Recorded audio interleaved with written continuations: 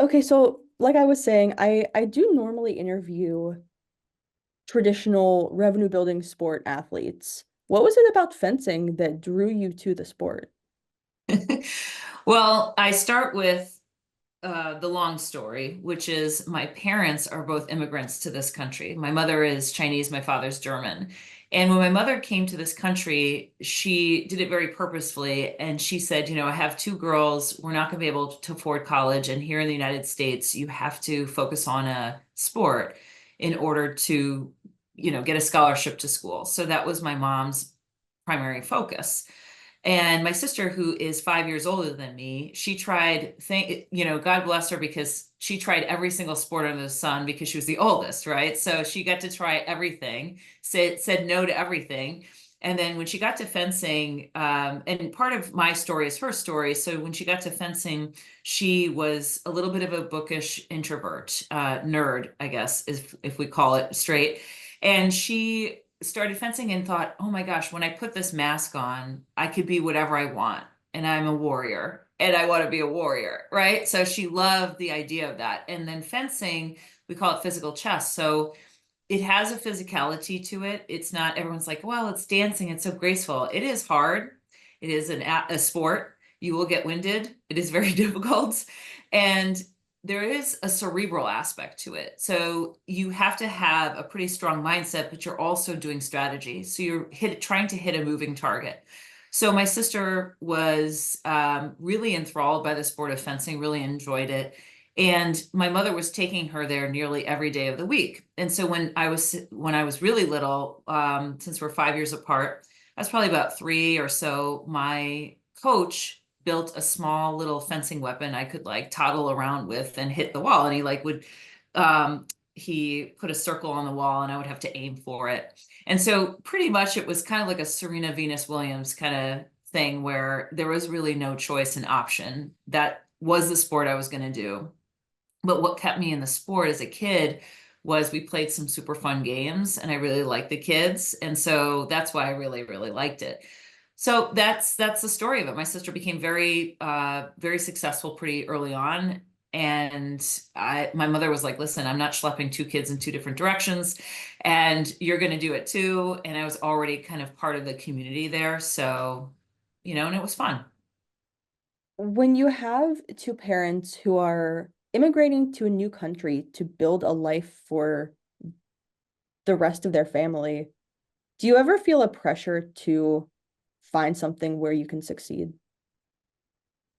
Well, there's a huge amount of pressure, right? So immigrant kids talk about this all the time. So we're first generation kids into this country where there is this feeling like my parents have sacrificed a lot of themselves in order to be here and to give us this opportunity. And my mother talked about it all the time. She was a nurse in Taiwan, then moved to Germany, and always knew she was going to come to the United States for the opportunities that it provided for her future children. So you feel like you're part of building something, and you feel a lot of pressure to do so. And my mother, on top of it, was very much a tiger mom. I don't know if you know what that is, but she was very much like everything we did was very driven, very organized. You either did it or you didn't do it, right? So she was a pretty tough mom. I mean, I feel like when I talk to athletes who have been at the peak of like elite athletics, they always casually mention how their parents' motivation styles impacted them into adulthood. And whether they outright say, my mom was strict and so I succeeded, or they just kind of allude to it, I think it's really interesting when you look at youth sport and parents as determining factors of future success for their children. I think I am a parent, so I have a 10 and 12-year-old, and I am probably as far opposite as you can get from my mother, who was very driven to make sure that we were there no matter what. If I was tired, I'm getting in the car, there's no choice. So I work in performance psychology at Deloitte, and I was talking to my team today and just saying, my daughter, who's 12 right now, Emma, she really loves horseback riding. And the juxtaposition is she tried fencing last year. In fencing, when she encountered a challenge, she would often back away from that challenge or say, "Oh, I don't want to do it," or there was like 100,000 excuses for her, and I would get pissed, right? Because it's my sport. I'm like, "You're so lazy. Why don't?" No, I didn't say it that way, but I was like thinking in my head, like, why doesn't she just, go through it, and why doesn't she just do it? Like that's what's in my head. Some parents would actually say those things like, "Come on, you got to do it," and like push, right? And like I would start to think about, how much do I push my child versus how much is intrinsic to her own motivation for the sport.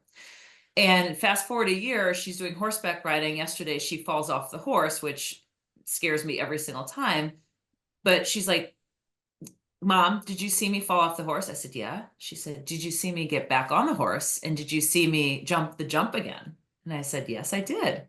And she said, "Did you see me today? I did the longer course. Last time I did the shorter course. Remember that?"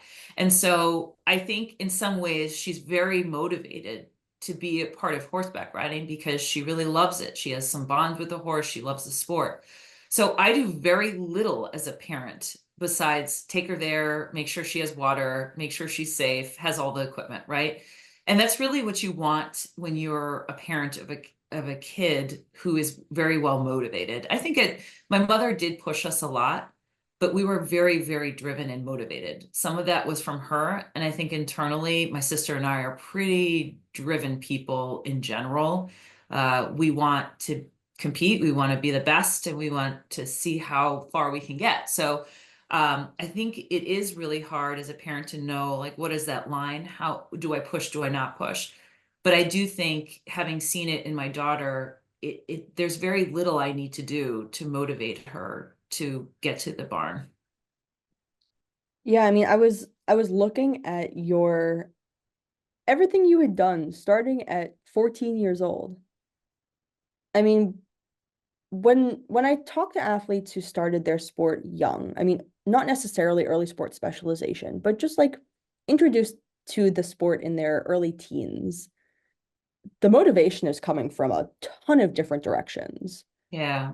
When you're 14 and already one of the best in the world at what you're doing, how much of that motivation is within yourself versus like extraneous factors? I thought about this a lot because there's not a lot of it's not a black and white answer. There's not Motivation is more complex than just, who's pushing you, right? So I think there is an element where I was pretty entrenched in intrinsic motivation. Like, you have a community of people that you really like to be with. I'm in CrossFit now. It's the same kind of thing. I was pretty competent. I, showed early signs of being good at the sport. And then I felt like I had some modicum of control. Like, if I went to a tournament and I didn't do well, I came back and I could get better. There was improvement in results that I could see, that my training was actually resulting in something. So I did have all the formula of what we call intrinsic motivation. But I think something that I deal with, and the lasting effects of it, are having a coach that was verbally and emotionally abusive. So he would use a lot of negative feedback in order to motivate us. So at a very young age, negative feedback can be very, very motivating, right? We've all done it to ourselves. God, just get better, do this better, da da da, like yelling at ourselves. And that self-talk can actually get us pretty far really, really quickly, but can burn us out really, really quickly too, right? So the sustainable effect, the resilience of it sort of like decreases after a certain period of time. I would say at 14 years old, I'd won a world championship. So obviously I could get better at something. I was really good. So there was a mixture of, I had control and I was pretty good and I was doing really well. And there was an underlying foundation of doing it for other people versus doing it for myself. So I think, all of that said, it's really, really good at a very young age. But as I got older, it got old really quickly. And when I would hit walls, it got really, really hard. So um, I, I think it's not so simple. It's not so simple in just one answer. I mean, you work in performance psych now. What was your first experience with the psychology of sport? The psychology of sport, I have to say I'm a pretty anxious person in general. Thankfully my mother has given that to me. Thanks, Mom. But I think that, I showed signs of anxiety at a very early age for competition. People would look forward to competition, they would get nervous, but I was kind of beyond nervousness, sometimes paralyzed sometimes. I could still perform and push through it. I was a pretty good, I think I am very good about pushing through things, but at an early age, probably 15 or so, I really needed some performance psychology. And also I was injured. So fun fact, I'm in some sort of performance psychology book of recovering from injury because I was injured so often. I had my first knee surgery at 16 years old. So rest and recover was not my forte, obviously, but I think at a very young age I needed to tap into that. I had several performance psychologists growing up, but it's not the field of performance psychology has come a long, long way since the start of it in the 90s when I started going in 96 or 97. I mean, when you're the first fencing world champion from the United States at 14, where do you go from there? Well, the funny part, so it's in any age category. So it was the under 17 category. So it's not with the seniors, but we were in Paris. And what happens is that you're 14 years old and then you go back to, whatever it was, ninth grade.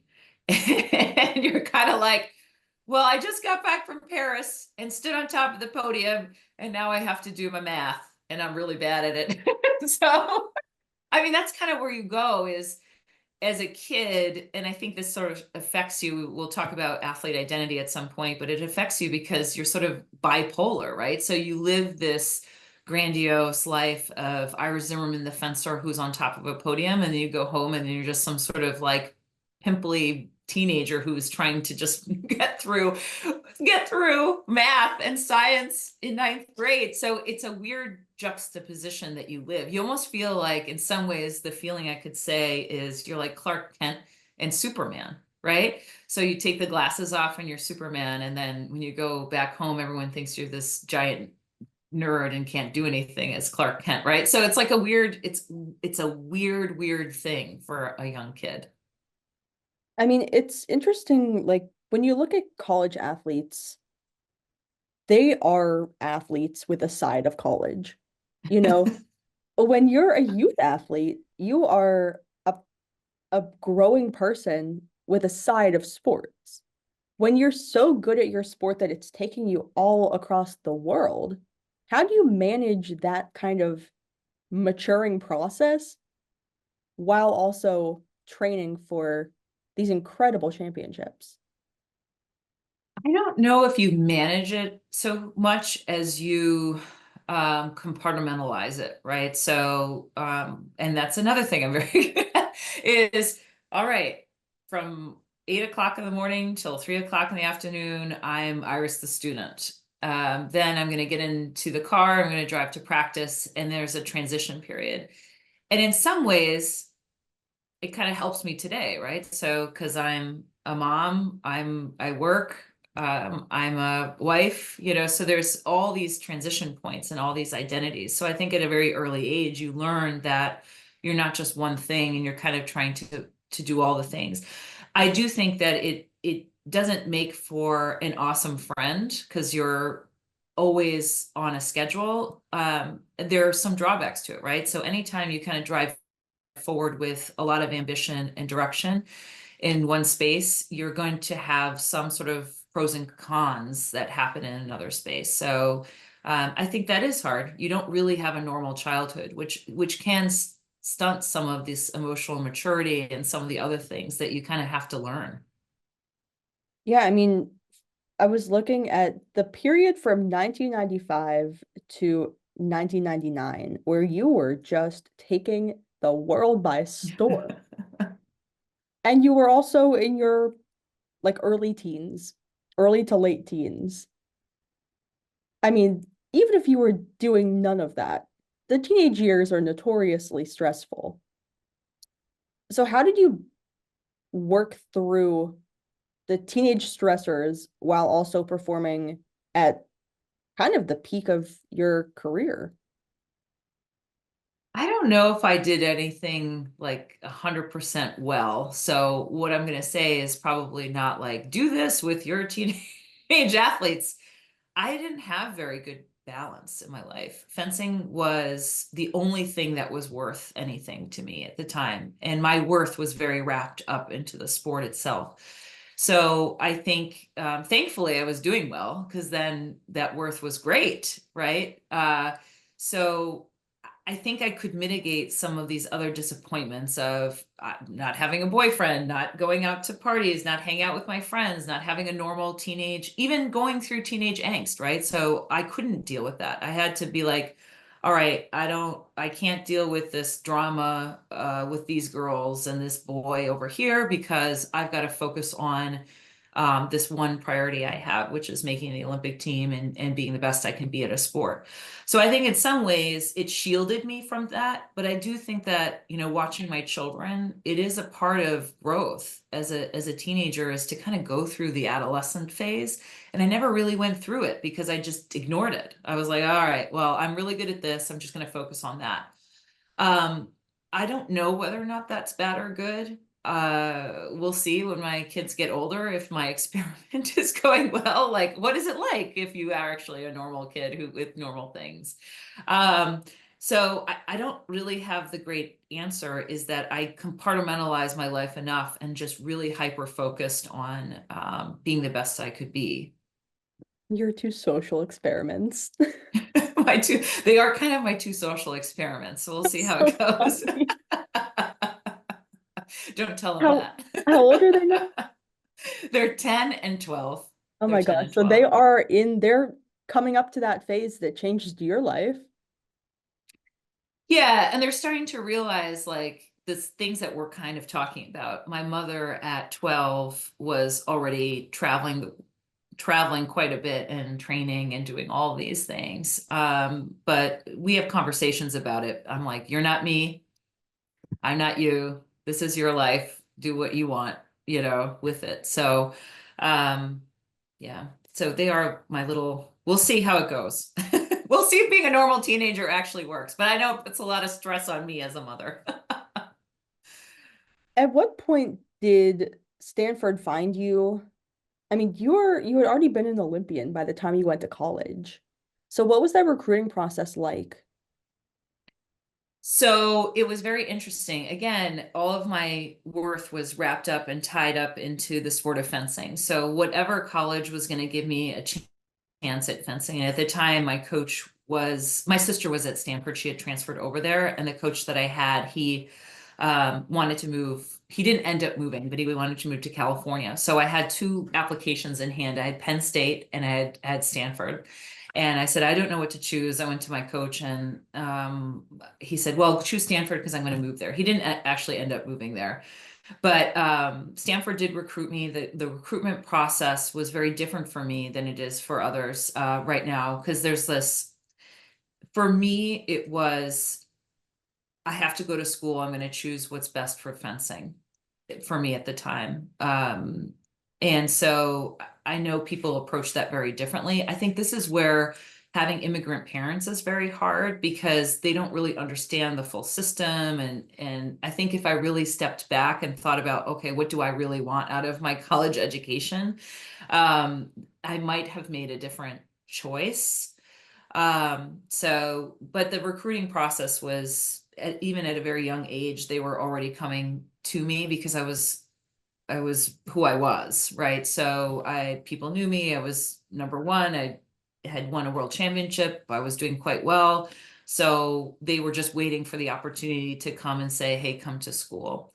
And at the time, Penn State was a multi-champion school, and Stanford didn't really have that. But California's team was growing. So, but yeah, it's not the usual recruitment process that my athletes at the fencing club have gone through. Theirs is much different.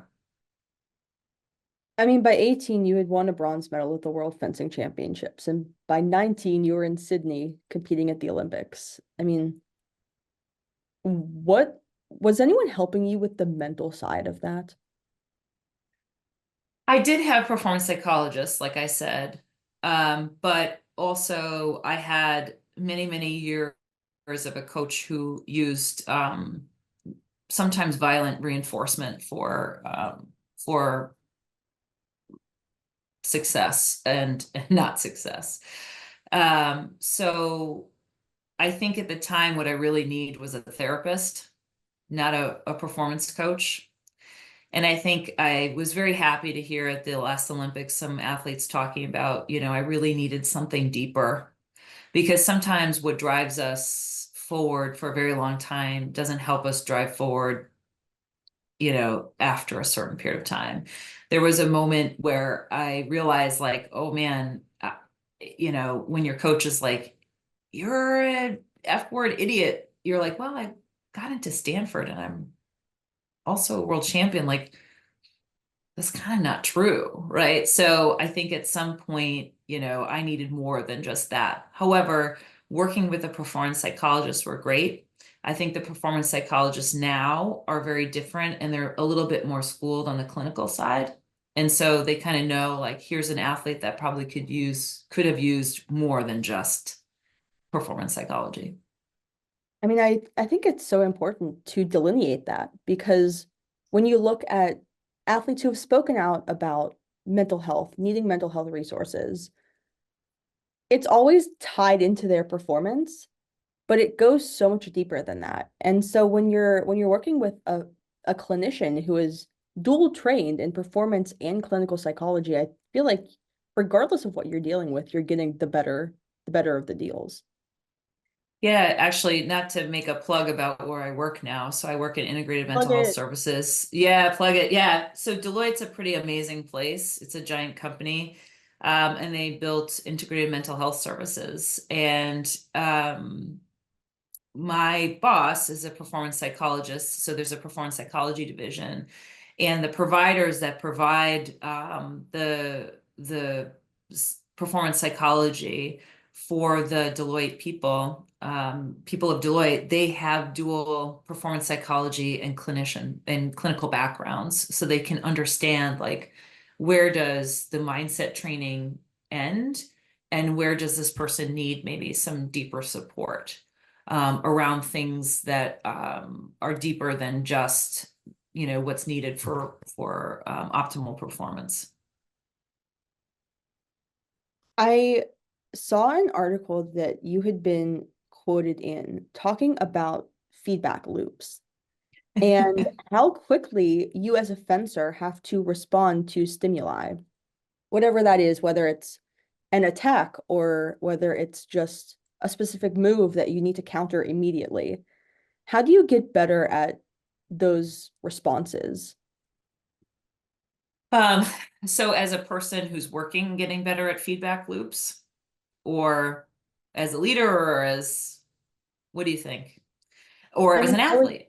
I would definitely gear that answer more toward athletics, Yeah. uh, just because that's kind of what we're the skew that this story does have. But I mean, as an adult in other situations, I find that most of the topics that I talk about on this podcast are applicable outside of sport as well. So if you'd like to superimpose that onto what you're doing now, like I would Yeah. welcome it. Well, it all makes it all can apply to your point. So I think as a young athlete, feedback is really important for young athletes, and the coaches have a lot of work to do because I think of it as, in the very beginning when I'm learning something, it's probably 80% the coach has to give the feedback and 20% I'm giving myself that feedback because I'm still learning something, right? So think of a musical instrument.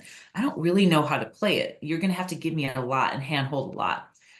But what you're trying to do as a coach is you're trying to give enough feedback so at some point they can hear themselves give that correction. So you're really trying to empower the person through coaching and through that feedback. So I think when you look at feedback as a way to help them get to a point where they can self-serve, I think that's a very different sort of aspect. And the reason I come from that is because I never got a chance to self-serve. It was never my opinion that mattered about my own progress. It was always this other person's opinion. So when you're very dictatorial as a coach, the athlete never learns how to give themselves feedback or how to interpret feedback. So they can't be flexible. So, it could be that you're in another scenario, and let's say you make a national team, you have another coach. You don't know how to utilize their feedback because you're just used to someone just telling you what to do. What you really need to do with feedback in general is feedback shouldn't just be, we think of it as like an A to B, but it really should be like an A, B, back to A kind of situation, right? So if you're doing it well, at some point your athlete's going to be able to respond like, hey, I felt like I was bending my knees there. What is it that you saw that I wasn't bending my knees? What did you see? So it becomes more of like this trusting relationship. So feedback is much more, there's much more depth to feedback than just like listen to your coach. Like that's kind of BS, right? Yes, you have to respect the coach, you have to have trust, but the coach has some responsibility to empower you and build you up so that you can self-serve. Yeah, I mean, I think that that's such an interesting thought process when you're talking about the impact that a coach has on athlete development. Because they're not just developing the athlete, they're developing how the person responds to stressors of any kind. And I actually saw one of the Forbes articles that you were mentioned in talked about opportunity as motivation as opposed to trying to overcompensate for a deficiency. When you're looking at being motivated by the potential for positivity, how does that change your approach to things like training and competition and responding to what people are saying to you? Yeah, so it's very different, right? So what I'm just looking at our time. Yeah. So would let's take a scenario.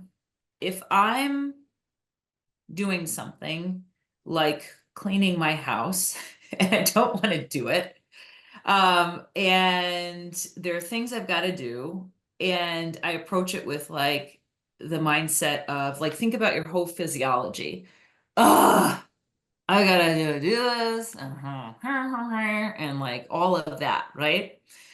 Um, but if I'm like, all right, I'm gonna put on Julia's podcast, I'm gonna learn something, and while I'm doing it, I'm gonna accomplish something, and I'm gonna clean something, and at the end, it's gonna be complete and so good. And your motivation factors and this sort of like openness and curiosity is so different. Now you're not thinking about like, oh, I just want it to be done.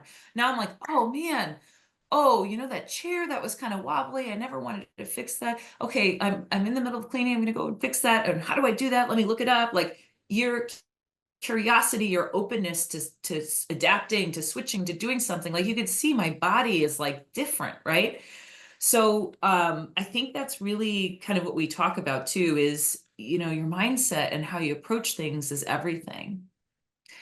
If you're going to approach it with sort of this sort of negative attitude, it's going to really change your physiology. It's going to change your mind. It's going to really kind of truncate your ability to grow.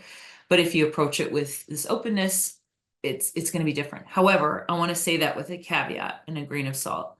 I think that sometimes you have to listen to yourself. If you're really, really tired, it's been a really long week, and you really got to clean the house, let's say, but you've had a really stressful week. Maybe it's okay to have kind of grumpy attitude and do something else and allow yourself the choice to kind of do something else. And then you're going to focus back in on it and be in a positive attitude.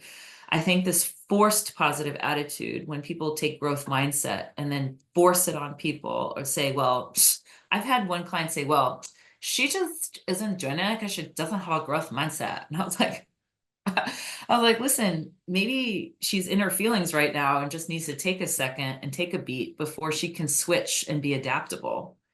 And I think that's part of life is like, we've got to teach ourselves and listen to ourselves. In this moment, can I be adaptable? In this moment, can I approach this differently? And if I'm really, really stuck, then that's really an alarm and an indicator to say, not an alarm, but an opportunity to ask myself, what is it about this situation that's kind of making me feel stuck?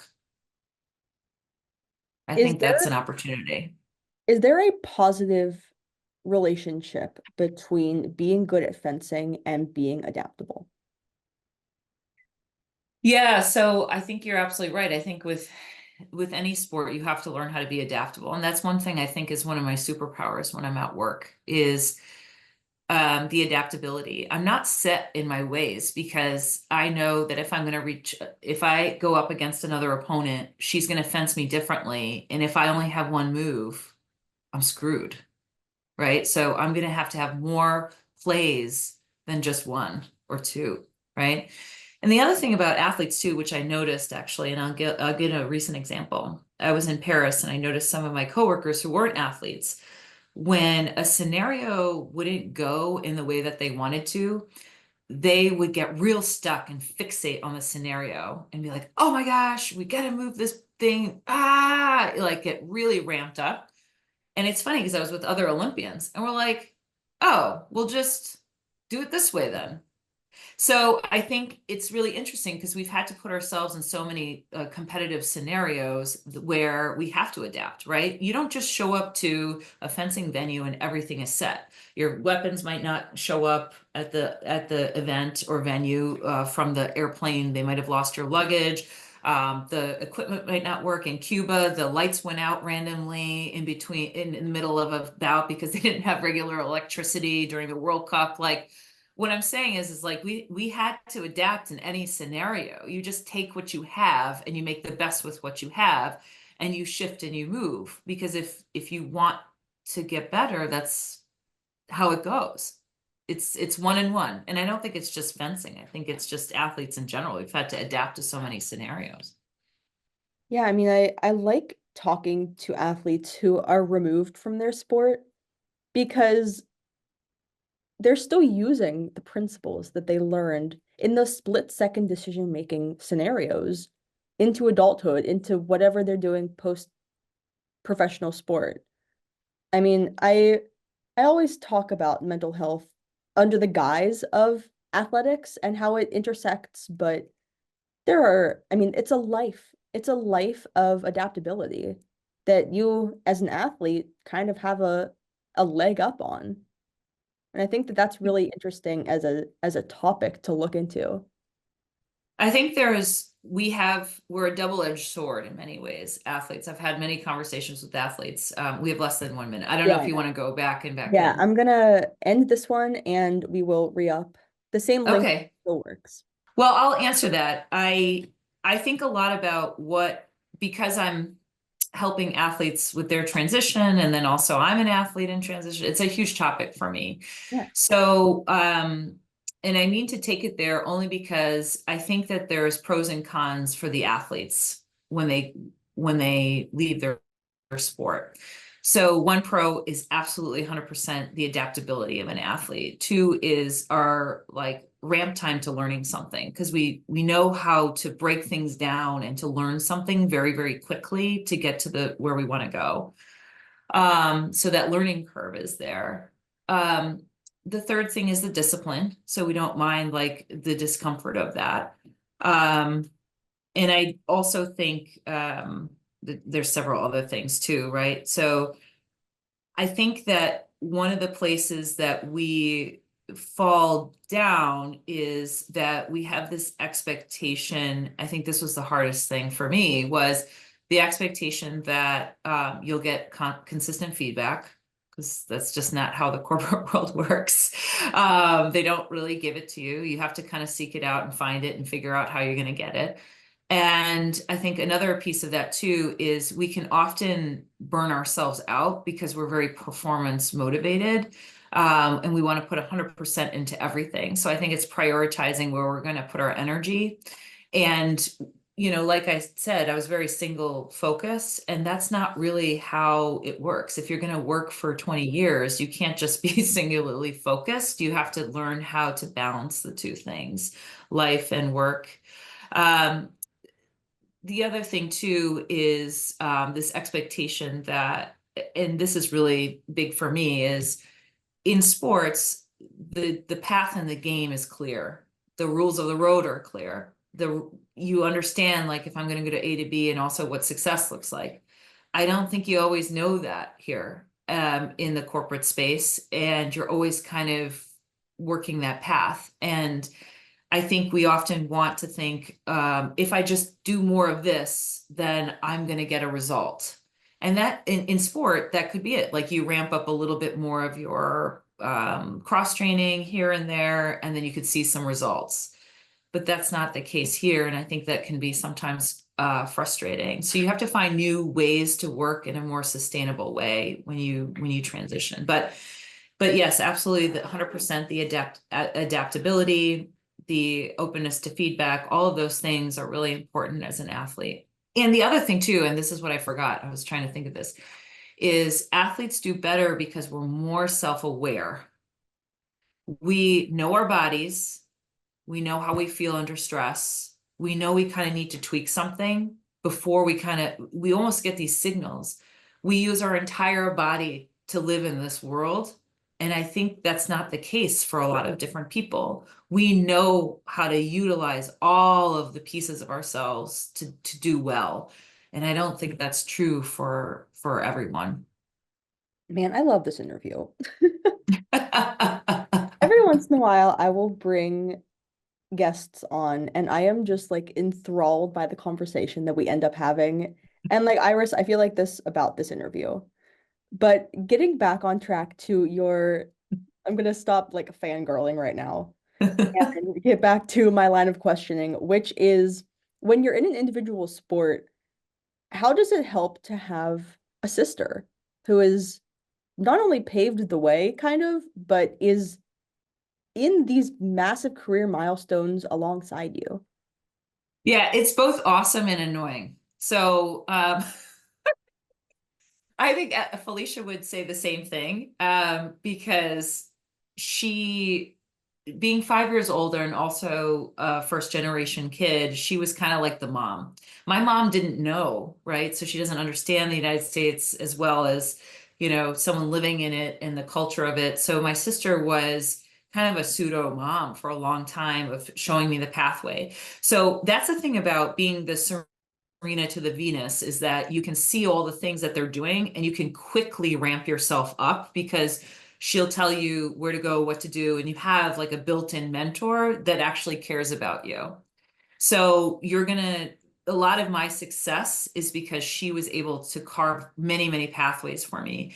And also, I mean, even to a subtle point where I was in fencing, it's subjective, and they would see my name, Zimmermann, on the back of my lame, and they'd be like, oh, you have a sister who's really good. So the assumption was I was going to be good, which is also a lot of pressure because I'm like, oh God, I gotta be good because she's good. But I think at some point it was hard because I knocked her off of world championship team. She knocked me off of an Olympic team because of a result. So it became very, very difficult. And there were, you know, at the 2004 games, I needed a result in China. In Asia, I lost to her, and people would often come up to her and say, "You should have thrown the match, so your sister is better than you, so that she can go." Right? And I was like, first of all, that's kind of effed up to say to someone, but also, I don't want her to throw the match. I don't want her to do that. I want to earn my spot. So if I didn't do it, I didn't do it. That's it. Period. End of story. That's how it goes. Um, but it's at once cool and it's also hard, knocking each other off of teams. So, but I do think in the end, it was a huge advantage point for the younger sibling. What is the lifespan of a professional fencer's career? Well, that's different now than it used to be. Um, and it also depends on weapons. So I think the older ones are now in their 30s, almost 40 sometimes. For experience, epee is a little less taxing on the body, I think. So you have a little bit of a longer lifespan. Um, but now people are getting paid for it. There's a little bit more professionalism around it. Lee Kiefer is in her 30s. She's going to keep going, I'm pretty sure. So, and she's still pretty dominant. So we can start at a young age and go for a pretty long time. What made you want to retire? Well, I told an athlete the other day, there's never a good time to retire. Even when you're 43 and only do CrossFit and have an arthritic hip, you still think that you could compete. So I still have dreams about competing and showing up to tournaments and stuff. So it's not like you ever feel like you're ready to retire. And I think that's a hard part is I think athletes stay in sports too long because they just don't feel like they have any other path or choice, which is not true. I think at some point I realized that I had reached sort of the maximum and I wanted to have kids. I wanted to explore what I was outside of sport. And to be honest with you, I was probably ready to retire much earlier, but I came back. It's not that I was old, I was 27, but I came back because I was asked to kind of help with the younger generation team. I, I think I was telling someone the other day, I guess past is 20, hindsight is 2020. I would have liked someone to have helped me gotten the choice earlier because after I didn't make the Olympic team, after I made the Olympic team in 2000, um, or didn't make it in 2004, no one said, hey, you have a choice here. Because when I didn't do well, I just felt like that's all I have and I have to get better because I can't leave my sport like this.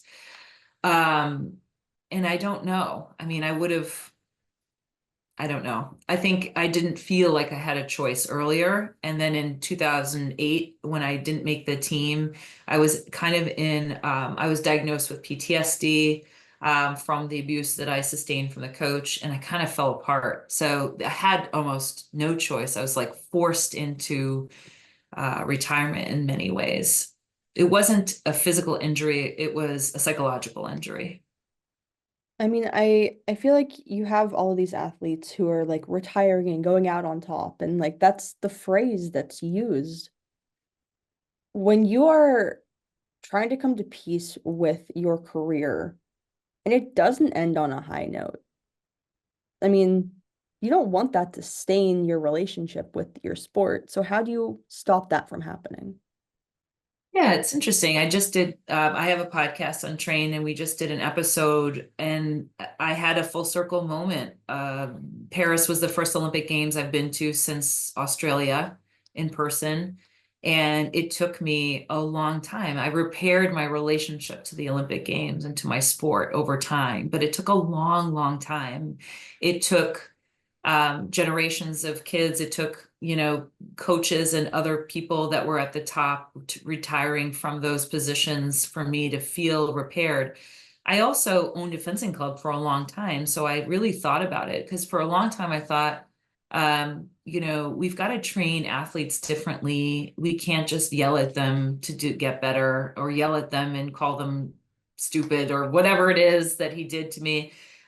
We can do it better. So I think it took me a long time. So I retired in 27 and think about like it was a full circle moment for me at 43, but you can't be afraid of it, right? Like we all have our mishigas, I like to say, like we all have our stuff. And I think what happened in 2008 was I was forced, but I also think I finally had the bravery to face all the things that happened that and knowing that the path wasn't going to be easy and knowing that it was going to take me a very long time without knowing when it was going to get better. When you were in an opportunity to purchase the fencing club, did you do any kind of introspection to figure out what kind of leader you wanted to be? I mean, what kind of coaches you wanted to hire because you had had a kind of rocky coaching relationship over your time as an athlete. Now that you had an opportunity, I mean, what was your approach to that? Yeah, 100%. 100%. I mean, that's why I'm doing what I'm doing now. I coached for a long time. I was a certified leadership and performance coach for a long time, worked for a company in coaching. Um, you know, Part of coaching was me learning about what worked for other people and how you can help form behaviors and healthy behaviors and motivation from people. So it really formed who I am as a leader and as a person. I think I definitely swung the pendulum really, really far because I was really, really sensitive to anything, any sort of correction for a very long time. But I realized there needs to be some sort of balance. Do need to hold people accountable, but you also have a sense of care and empathy with it too. They're not mutually exclusive. Then how do you do those two things at the same time? It took me a really long time to learn that. And I do think coaching others was really, really helpful because I was watching leaders kind of do the thing out in the real world. And they would come back to me, we would kind of talk about it. And I realized like everyone is different, everyone leads differently, every industry has different balances, every sport has different balances. You might need more accountability in gymnastics. I don't know. What's the balance of empathy and accountability? Um, but I've spent a long time trying to think about it. I'm still learning about it. I'm learning about it every day. There's so much information about it, and I'm learning about it from my colleagues as well. How far ahead of getting inducted into the Fencing Hall of Fame did you know that you and your sister were going to be Hall of Famers? Oh, I've never cared about any of that stuff. So I don't know. I don't remember. It was kind of cool because I just had a kid and I was like, oh, well, I'm not just a mom. I did something before I became a mom. So it was kind of cool to bring my young daughter Emma there, but I had no idea. I guess I don't think about those things. I don't do things. I do a lot of things for validation. I'm a huge validation person, but these types of awards I never think about.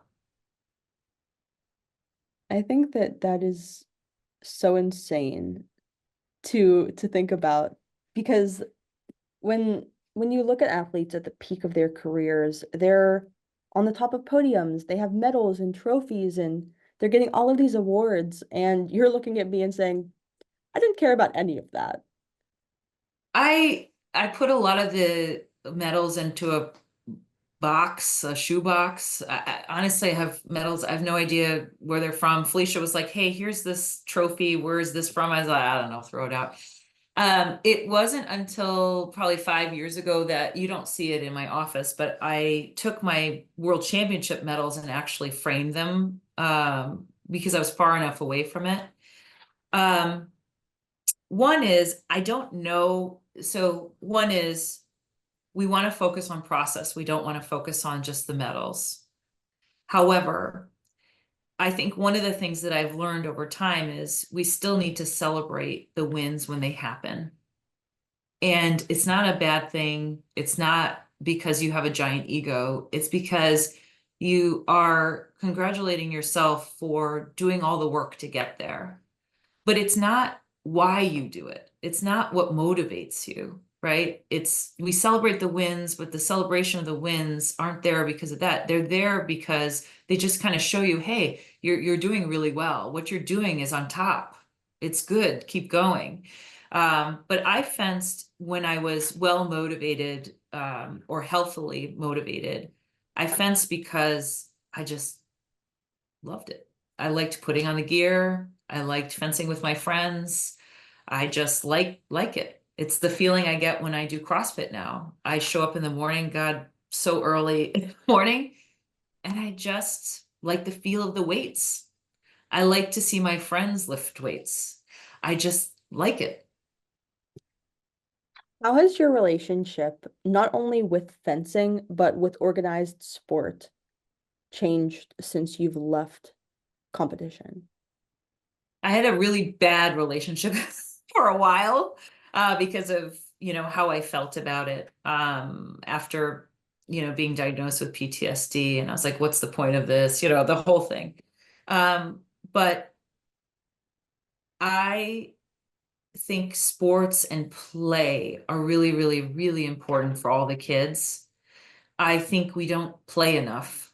The kids are so organized now and they're so entrenched in like, well, you got to do it this way, and then we got to join this league, and then if you want to be really good, you got to if you don't do it, then SOL, and a lot of FOMO stuff. And that drives me nuts because we've taken the joy and the passion out of sport and made it into an industrial business.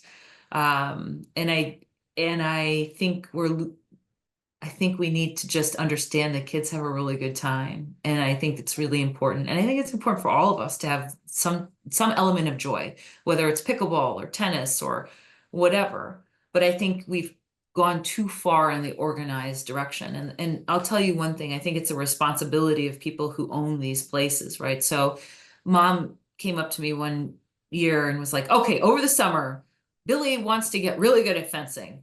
And, what's he going to do? 10 lessons, 12 lessons, all the classes. I go, okay, listen to me closely. Does Billy have a bike? Does he have friends? Yes. Does he have a pool? No, but we have access to a pool. I said, great. I said, take the bike, have him bike to his friend's house, get his friend, and go swimming over the summer because that's more important than Billy doing a parry riposte 8,000 times. It's so much better for your soul, for yourself, for everything, and also for you to learn that you can't just hammer yourself into the ground to get better. It just doesn't work that way. You have to have good um, holistic approach to sport to be good. So I think we've lost that narrative somewhere, but I think it's really important. But if we can have some fun, some really good coaches, I think we're getting somewhere. That is the end of my questioning. Do you have anything that you would like to add to the story that we've already talked through? Do you have anything you think I missed about telling your story? I No, feel I like think we haven't. I don't think we've missed anything. I don't want to. Having said all that, when I put the fun in, what I want to have a caveat in is fun doesn't mean an absence of performance. I think the absence of fun means the absence of performance. So if you really want to perform well, I have a friend who's trying to make it in downhill skiing. You have to have fun with it too. It is a requirement, right? So if you lose that piece, you actually lose that piece of performance. And however fun comes, either the people around you, a coach that keeps it fun, drills that keep it fun, rest and recovery that keeps it fun. So I want to say that because I think I'm not saying it in a way of like, oh, I've made it to the Olympics and you can just have fun. No, there's a lot of friggin' hard work that you have to do, but you can't do that in the absence of joy. So that's all I wanted to add. yeah, I mean, I feel like it's interesting when you look at athletes who got into their sport because they wanted to, versus athletes who were pushed in by a parent or a friend or a coach, and then just were really good from there. Their motivation styles are two completely different people. Yeah, if you need constant external motivation, there is some external motivation when you begin, right? Because you're a kid. But like saying I'm 6 and it's Saturday and I want to watch cartoons rather than fence, even though I like fencing. Yeah, okay, well, you know what, Iris, you're gonna miss the Saturday morning cartoons and go to fencing because we've paid for 10 sessions or whatever it is. That's different than never giving a child a choice. Mom, I really don't like this sport. I don't care. Everyone else is doing it. You have to do it too. So when you're the one motivating the kid in that way and you're 100% of that motivation, then I think it's time to start really reevaluating whether or not this kid should be in this sport. I told the parents 100 times, if you have to force the kid every single time to get into the car to come fencing, find another sport. It doesn't hurt my feelings. They're not going to want to be here anyways, and I'm not going to want to teach them either. So, so there's that.